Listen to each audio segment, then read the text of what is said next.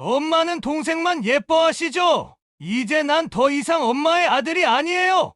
성민아, 엄마가 언제 너를 법적으로 처리하겠습니다. 이제 그만하시죠. 여러분 안녕하세요. 오늘도 좋은 하루 되시기 바랍니다.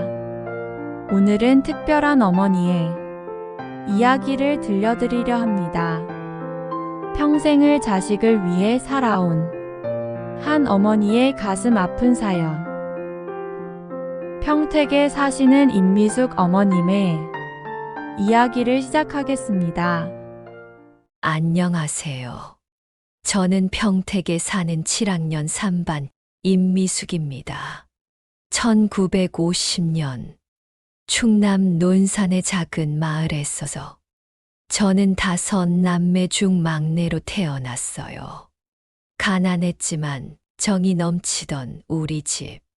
아버지는 농사를 지으셨고 어머니는 장에 나가 채소를 파시곤 했죠. 어린 시절의 기억은 참 따뜻해요. 봄이면 논두렁에 피는 진달래를 땄어. 동네 친구들과 화전을 부쳐 먹고, 여름이면 앞 개울가에서 물장구를 치며 가난했지만 행복했던 그 시절이 지금도 선명하게 떠오릅니다. 16살 되던 해, 큰언니를 따라 서울로 올라갔어요. 60년대 초반, 그때 서울은 시골 소녀에겐 너무나 낯선 곳이었죠. 작은 봉제 공장에서 일하기 시작했어요. 아침 7시부터 밤 10시까지. 하루 종일 재봉틀을 돌리며 손가락이 굳어질 때까지 일했죠. 월급은 얼마 되지 않았지만 고향 부모님께 조금이라도 보태드릴 수 있어 그게 그렇게 뿌듯했어요. 그러다 23세 지금의 남편을 만났어요. 공장 근처 분식집에서 일하던 그 사람. 늘 배고파 보이는 제게 몰래 떡볶이를 더 넣어주곤 했죠. 아가씨, 많이 드세요. 열심히 일하는 사람한테는 이만큼은 공짜예요. 그렇게 시작된 우리의 인연. 연애하고 1년 뒤에 결혼했어요. 없이 시작했지만 서로를 믿고 의지하면서 평택으로 내려와 작은 분식집을 열었죠. 지금도 기억나요. 처음 가게 문을 열던 날, 남편이 저를 꼭 안아주며 한 말. 여보, 우리 이제 시작이야. 힘들어도 같이 이겨내자. 우리 앞으로 자식도 낳고 행복하게 살자. 결혼하고 3년째.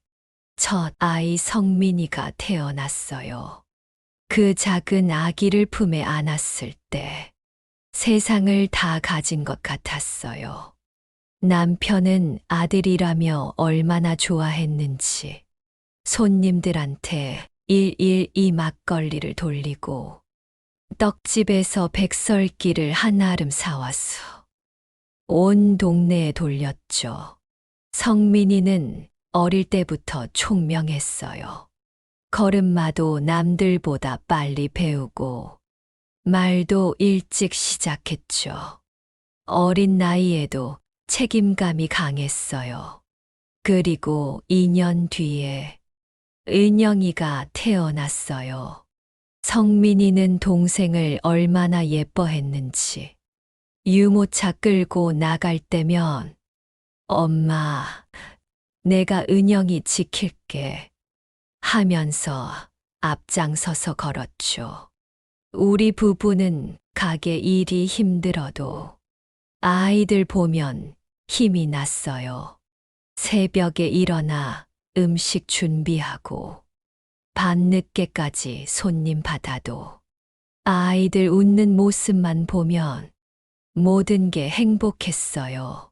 성민이가 초등학교에 들어갔을 때 담임 선생님이 절 부르시더니 이 아이는 특별해요. 꼭 좋은 대학 보내셔야 해요. 그 말씀을 듣고 남편과 저는 더 열심히 일했어요. 분식집을 한식당으로 키우고 밤늦게까지 장사하면서 성민이 학원비만큼은 아끼지 않았죠. 성민이는 중학교에 들어가서도 줄곧 반에서 1등을 놓치지 않았어요. 동네에서도 소문이 났죠. 미숙 씨 내 아들 서울대 가겠어. 은영이는 또 달랐어요. 그림 그리는 걸 너무 좋아했어. 식당 냅킨에도 학교 공책에도 늘 그림을 그렸죠.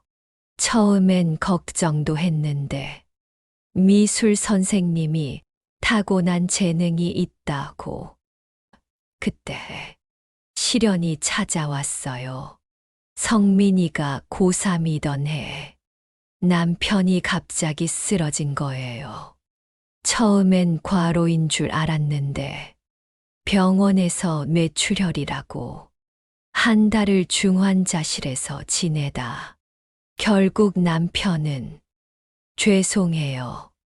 잠시만요. 그래도 다행인 건 성민이가 그해 서울대에 합격했어요. 남편이 그렇게 바라던 일이었는데 소식을 듣지 못하고 떠났지만 하늘에서는 알고 계셨겠죠. 장례를 치르고 나서 저는 더 악착같이 일했어요. 이제 제가 가장이니까 성민이 대학 등록금도 벌어야 했고 은영이도 아직 어렸으니까 남편 없이 식당을 꾸려가는 게 쉽지는 않았어요. 저 혼자 주방을 지키고 서빙도 하고 장도 보고 하루는 성민이가 엄마, 저 알바할게요. 제가 이제 큰데 좀 도와드려야죠. 그 말을 듣는데 가슴이 미어졌어. 아니야. 너는 공부만 해. 엄마가 어떻게든 할 테니까. 은영이도 자기 몫을 하려고 했어요. 학교 끝나면 식당에 왔어. 테이블 닦고 그릇도 날랐죠. 주말이면 계산대도 봐주고 그렇게 지내다가 어느 날 은행에서 연락이 왔어요. 남편이 들었던 보험금이 생각보다 많이 나온다고. 그 돈으로 자식들 학비도 되고 가게도 계속 운영할 수 있었어요.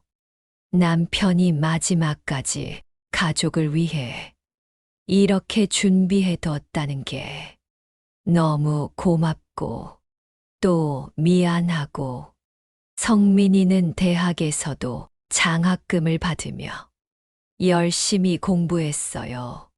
은영이는 미대 입시를 준비하면서도 틈틈이 엄마를 도와줬고 세월이 흘러 성민이가 대기업에 취직하고 은영이도 디자이너가 됐을 때 저는 이제 됐다 싶었어요. 남편에게 떳떳하게 말할 수 있을 것 같았죠. 처음에는 모든 게 좋았어요. 성민이는 회사에서 승진도 빨랐고 한 달에 한 번은 꼭 집에 내려와서 제가 좋아하는 과일을 사오곤 했죠. 엄마, 이제 제가 효도할 차례예요. 그동안 너무 고생하셨잖아요. 은영이는 서울에서 일하면서도 주말만 되면 집으로 왔어요. 반찬도 만들어주고 집안 청소도 해주고 변화는 3년 전부터였을까요? 성민이의 방문이 뜸해지기 시작했어요. 엄마, 이번 주말엔 회사 일이 너무 많아서. 죄송해요. 중요한 미팅이 있었어. 다음에 꼭 찾아뵐게요. 처음엔 이해했어요. 서울에서 직장 생활이 얼마나 바쁜지 저도 알고 있으니까. 하지만 한 달이 두 달이 되고 두 달이 석 달이 되면서 그리고 SNS에서 본 아들의 모습, 성민이가 해외여행 가서 찍은 사진, 친구들과 술 마시는 사진, 회사 사람들과 골프 치는 사진, 은영이가 보여줬어요. 엄마, 봐요. 형이 바빠서 못 온다더니 이렇게 놀러 다니고 있어요. 그러던 어느 날 밤이었어요. 갑자기 성민이한테서 전화가 왔죠. 엄마, 제가 좀 급한 일이 생겼어요. 성민아, 무슨 일인데? 회사에서 제가 담당한 프로젝트가 문제가 생겼어요. 아들의 떨리는 목소리를 듣자마자 제 가슴도 덜컥 내려앉았어요. 성민이가 말하길 회사 프로젝트에 개인 투자를 했다가 큰 손실을 봤다는 거예요. 10억이 넘는 돈을. 엄마, 집을 담보로 대출을 받아야 할 것 같아요. 제가 꼭 갚을게요. 이번만 도와주세요. 그 순간 남편이 마지막으로 남긴 말이 떠올랐어요. 여보, 이 집만큼은 꼭 지켜요. 우리가 평생 모은 거니까. 성민아, 미안하다. 이 집은 내 아버지의 마지막 유산이야. 엄마가 이걸 담보로 할 순 없어. 그 말을 하는 순간 전화기 너머로 들려온 소리. 엄마는 정말 저희 위해서 사신 게 맞나요? 성민이의 목소리가 차갑게 변했어요.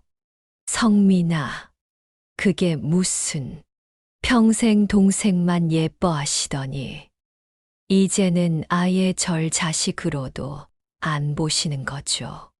그 말에 제 심장이 멎는 것 같았어요. 어떻게 그런 말을. 며칠 뒤 성민이가 집으로 찾아왔어요.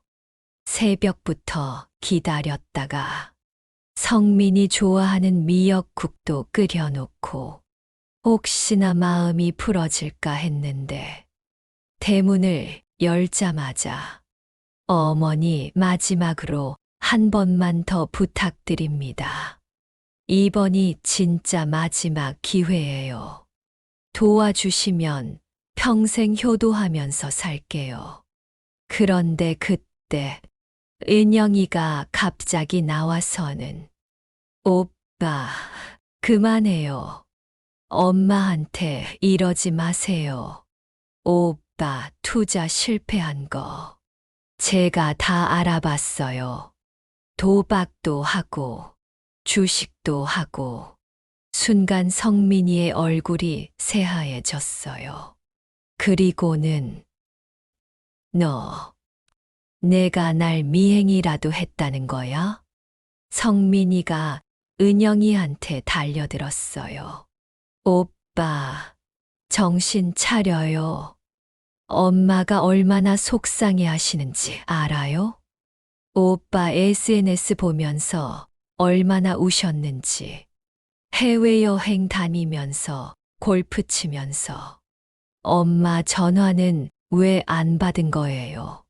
시끄럽다. 너나 잘해. 너는 맨날 엄마 옆에서 아부나 하면서 내 험담이나 하고. 그때 성민이가 은영이를 밀치려는 순간 제가 반사적으로 막아섰어요. 그런데 그만 제가 넘어지면서 모서리에 머리를. 엄마, 어머니. 정신을 차려보니 병원이었어요. 머리를 5바늘이나 꿰매야 했다더군요. 성민이는 그 자리에서 도망치듯 나가버렸고, 은영이는 저를 안고 엉엉 울었어요. 엄마, 미안해요. 내가 조금만 참았어야 했는데. 그 일이 있고 난 뒤, 성민이는 완전히 연락을 끊어버렸어요. 설날, 추석, 명절에도 오지 않았죠. 밤마다 창밖을 바라보며 혹시나 우리 아들이 돌아올까 기다리고 또 기다렸어요. 그러던 어느 날, 은행에서 전화가 왔어요. 누군가가 제 명의로 대출을 알아보고 있다고. 성민이었더군요. 알고 보니 제 도장을 위조해서 집문서를 빼내려고 했던 거였어요. 은행 직원이 수상해서 확인 전화를 한 거죠. 그리고 며칠 뒤 변호사 사무실에서 내용 증명이 왔어요. 유산 분배 청구. 제 아들이 법적으로 돌아가신 아버지의 재산을 요구한다는. 그날 밤 저는 쓰러졌어요. 갑자기 가슴이 너무 아프고 숨을 쉴 수가 없었어요. 은영이가 급하게 119를 불렀는데 의사 선생님 말씀이 스트레스성 심근경색 초기라고. 병원 침대에 누워 있는데 문득 옛날 생각이 나더군요. 성민이가 5살 때였나. 감기에 걸려 3일을 앓은 적이 있었어요. 그때 저는 식당 일도 제쳐두고 아들 곁에서 밤새 간호했죠. 엄마, 나 아프면 안 돼요. 엄마가 울잖아요. 그렇게 착하던 우리 아들이 이제는 제 생사도 모르고 병원에 일주일째 누워 있을 때였어요. 담당 간호사가 들어오더니 어머니, 아들분이 오셨어요. 순간 가슴이 뛰었어요. 성민이가 왔구나. 하지만 들어온 건 성민이가 보낸 변호사였어요. 어머님, 성민 씨가 소송을 취하하겠답니다. 대신 어머님과는 완전히 절연하고 싶다고. 그 말이 제 가슴에 칼로 콱 꽂히더군요. 퇴원하고 나서 저는 매일 밤 악몽을 꿨어요. 어린 성민이가 저를 부르며 우는 꿈. 학창 시절 공부하다 지쳐 쓰러진 성민이를 제가 안고 있는 꿈. 대학 합격하고 저를 껴안던 성민이. 그러다 얼마 전 은영이가 충격적인 소식을 전해줬어요. 엄마, 오빠가 결혼한대요. 청첩장도 안 보내고 조용히 한다는데. 제 아들의 결혼식. 평생 꿈꿔왔던 그날에 이렇게 자리도 없는 어미가 될 줄은. 어제는 시장에 갔다가 우연히 성민이 장인어른을 만났어요. 저를 보자마자 피하시더군요. 저기, 성민이는 잘 지내나요? 그 한마디를 건네는데 제 목소리가 그렇게 떨릴 수가. 아, 예, 잘 지냅니다. 돌아서는 그분 등 뒤로 성민이가 제게 했다는 말들이 들리더군요. 난 어머니가 없는 사람입니다. 지난주 병원에 갔다가 우연히 성민이 모습을 봤어요. 산부인과 앞이더군요. 아, 제가 할머니가 되나 봐요. 얼마나 가슴이 떨리던지. 성민이는 아내의 손을 잡고 행복한 표정으로 들어가는데 저는 멀리서 숨어서 지켜볼 수밖에. 여보, 우리 며느리 뱃속에 우리 손주가 있대요. 당신은 구경이라도 하셨을 텐데. 전 이렇게 멀리서 그날 밤 짐을 뒤지다가 성민이 베넷저고리를 찾았어요. 33년 전 제가 직접 한 땀 한 땀 바느질해서 손주한테 물려주고 싶은데 이제는 그럴 수도 없네요. 은영이가 걱정돼서 그러는지 매일 전화하고 찾아오는데 전 자꾸 성민이 생각에 어제는 밤새 아기 옷을 만들었어요. 손주 볼 날은 없겠지만 그래도 할머니의 마음이라도 담아서. 성민이 아내는 제가 직접 본 적은 없지만 사람들 말로는 참 착하다고 해요. 은행에서 일하는 교수라고. 첫 만남부터 성민이가 반했다던데. 시어머니도 없는 며느리라 얼마나 편할까. 지난주에는 성민이 집 근처 마트에서 며느리를 마주칠 뻔했어요. 서울에 올라가서 일부러 그 동네를. 배가 많이 불러 있더군요. 임신 7개월쯤 됐나. 입덧은 없는지, 산모용 음식은 잘 챙겨 먹는지, 제가 해줄 수 있는 게 있다면 며느리 산후조리도 해주고 싶고 아기 기저귀도 갈아주고 싶은데 다른 할머니들은 손주 자랑에 신이 나 있을 때 전 그저 멀리서 바라만 봐야 하네요. 어제는 산모용 미역을 사서 부쳤어요. 보내는 이는 적지 않고 그저 아기 엄마 건강하세요. 이렇게만 써서. 엊그제 또 성민이네 동네 병원에 갔어요. 며느리가 정기검진 받는 날이라고 해서 병원 의자에 앉아 3시간을 기다렸네요. 멀리서라도 며느리 얼굴 보고 싶어서. 그런데 갑자기 진통이 온 산모가 들어오는데 성민이 아내더라고요. 얼굴이 새파랗게 질려서 순간 정신이 없었어요.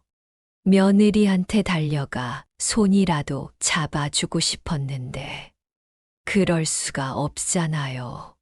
성민이가 퇴근하고 올 때까지 최소 1시간은 걸릴 텐데 어쩌나 걱정되고 그래서 간호사실에 가서 살짝 말씀드렸어요. 저기 방금 들어온 산모 특별히 좀 신경 써주세요. 뭐라고 말해야 할지. 시어머니라고 해야 하나. 그냥 지나가는 사람이라고 해야 하나. 결국 제가 살해하겠습니다. 이 말만 하고 나왔어요. 그날 밤 병원 근처 찜질방에서 밤을 새웠어요. 혹시나 무슨 일이라도 생길까봐. 새벽 2시쯤이었나.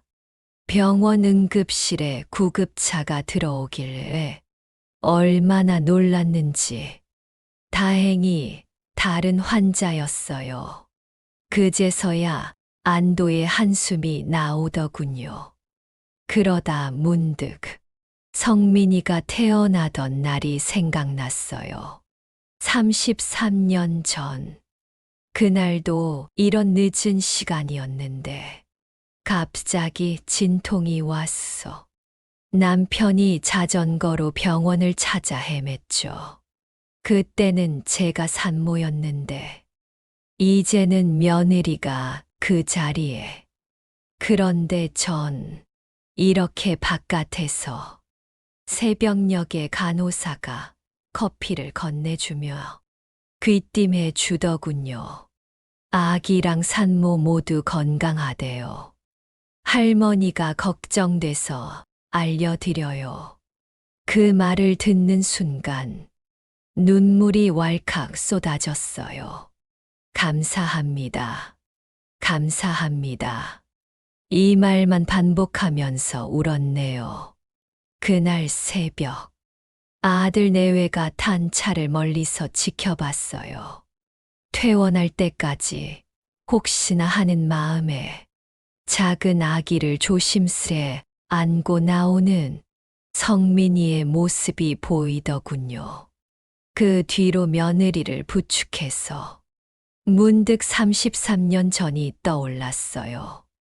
갓 태어난 성민이를 안고 병원을 나서던 그날, 남편이 저를 그렇게 조심스레 부축했었는데, 지하 주차장으로 들어가는 아들 가족을 보면서 전 벤치에 앉아 울었어요.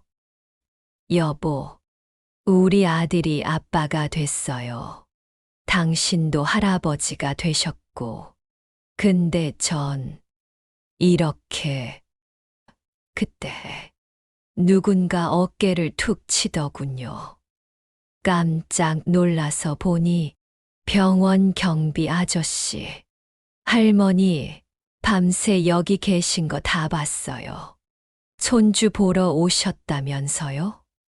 근데 왜 직접 가보지 않으시고 집에 돌아와서 은영이가 기다리고 있더군요.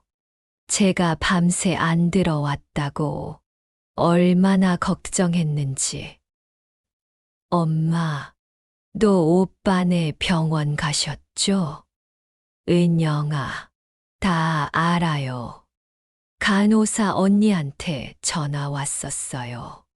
은영이가 제 손을 잡더니 엄마, 이제 그만하세요.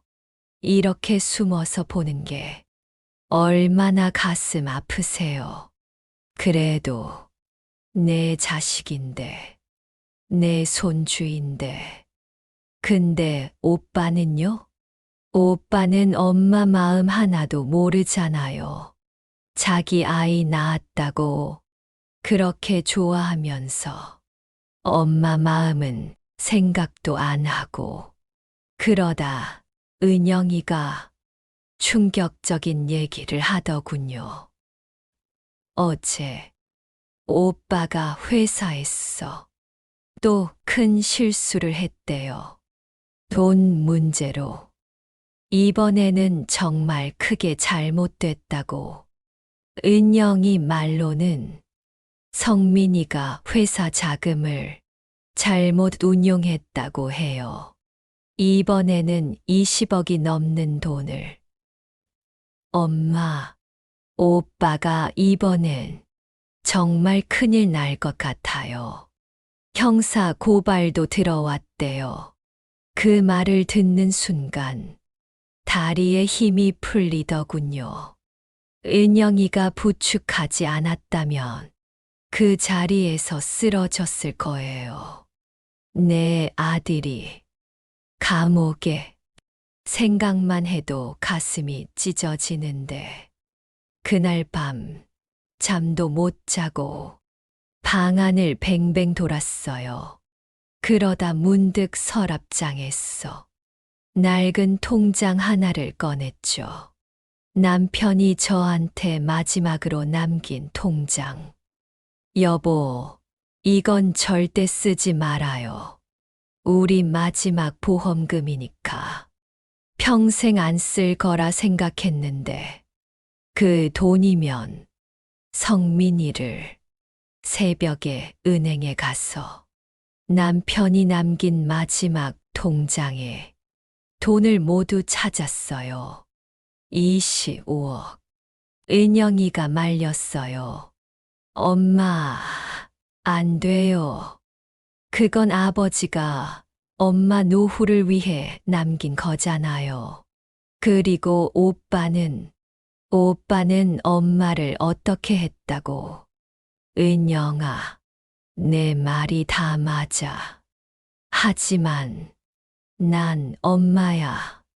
성민이가 잘못했어도 내 자식이 감옥에 가는 걸 어떻게 보고만 있니? 결국 그날로 서울에 올라갔어요.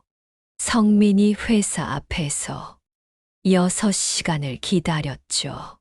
퇴근하는 성민이를 보자마자 제 발걸음이 자동으로 움직이더군요.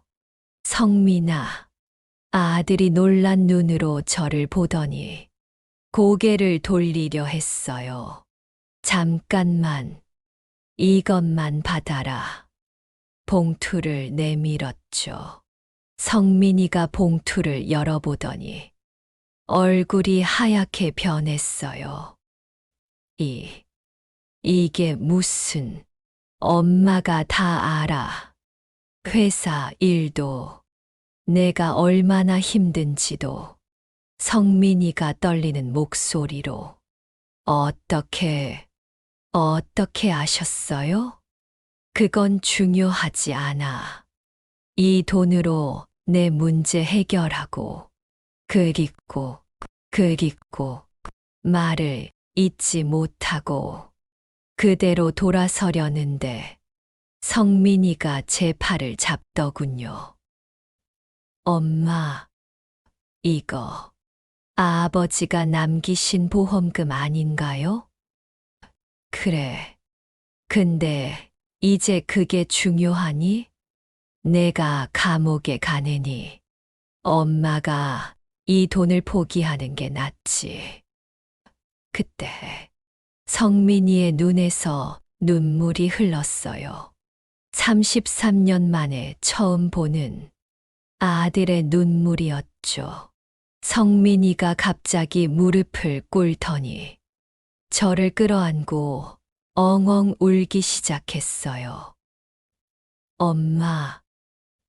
엄마, 미안해요. 전 이런 엄마를 두고 이런 어머니를 버리고 퇴근하는 직원들이 이상한 눈으로 쳐다봤지만 저는 그저 아들의 등을 쓰다듬어 줬어요. 울지 마. 엄마 아들인데 이게 뭐니? 이제 고개 들고 당당하게 살아. 그게 엄마 소원이야. 성민이가 흐느끼며 말하더군요. 지난주 아들이 태어났어요. 건강하게 3.4kg. 그래, 내가 알지. 할미가 된 거 나도 알아. 엄마가 어떻게 내가 모르는 게 얼마나 많은지 아니. 엄마는 내 발자국 소리만 들어도 내가 어떤 기분인지 다 알 수 있어. 그날 밤 성민이가 저를 한 식당으로 데려갔어요. 거기서 며느리와 아기를 처음 만났죠. 어머니, 며느리가 아기를 안은 채 눈물을 흘리며 인사하더군요. 갓 태어난 우리 손주. 까무잡잡한 게 어린 성민이랑 똑같아요. 그 작은 손가락을 잡는데 온 세상을 다 가진 것만 같더군요. 며느리가 말하더군요. 어머니, 죄송해요. 남편이 이렇게 훌륭한 어머님을 두고. 아가야, 이제 다 지나간 일이야. 한우 조리는 잘했니? 엄마가 보내준 미역은 먹었고 며느리가 놀라는 듯. 그래서 그 미역이 성민이도 그제서야 알았나 봐요. 제가 몰래 보낸 미역 이야기를. 아들의 눈에 다시 눈물이 고이더군요. 식사를 마치고 성민이가 제게 고백했어요. 엄마, 사실 저 도박으로 거의 다 날렸어요. 회사 자금도 제 돈도 이번 일만 아니었어도 더 큰 일이 날 뻔했어요. 휴. 알아. 다 알아. 내가 얼마나 힘들었는지. 엄마한테 손 벌리기가 얼마나 부끄러웠을지. 근데 왜 말을 안 했니? 성민이가 고개를 푹 숙이더니 자존심이었어요. 제가 잘 나가던 아들이었잖아요. 엄마한테 자랑스러운 아들이었는데 며느리가 옆에서 말했어요. 전 남편이 도박하는 줄도 몰랐어요. 임신 사실 알았을 때 남편이 갑자기 달라졌는데 알고 보니 그때부터 더 심하게. 엄마, 아들이 태어나고 나서야 알았어요. 내가 얼마나 큰 죄를 지었는지. 이 작은 생명을 보면서 엄마의 마음을 조금이나마 알 것 같았어요. 성민이가 우리 손주를 안고 말하더군요. 이 녀석 보면서 생각했어요. 나중에 이 아이가 컸어. 나한테 등을 돌리면 어떡하나. 그때서야 내가 엄마한테 했던 일들이 얼마나 큰 잘못인지 깨달았어요. 며느리가 조심스레 말을 꺼냈어요. 어머니, 아이 이름을 지어주시면 안 될까요? 내가 이름을? 성민이가 고개를 끄덕이며 네, 할아버지 이름을 따서 그동안 제가 아버지 유산을 탕진하려 했던 걸 이렇게라도 갚고 싶어서요. 그렇게 우리 손주 이름을 지어줬어요. 남편 이름 한자를 따서 작은 생명이 제 손을 꼭 잡더군요. 마치 할머니, 이제 우리 가족 다시 하나 되자라고 말하는 것 같았어요. 돌아오는 길에 성민이가 제 손을 잡고 말했어요. 엄마, 제가 이제부터 진짜 효도하겠습니다. 아버지가 남기신 돈도 꼭 다시 채워놓을게요. 그동안 제가 너무 나쁜 아들이었죠. 아니, 내가 왜 나쁜 아들이야?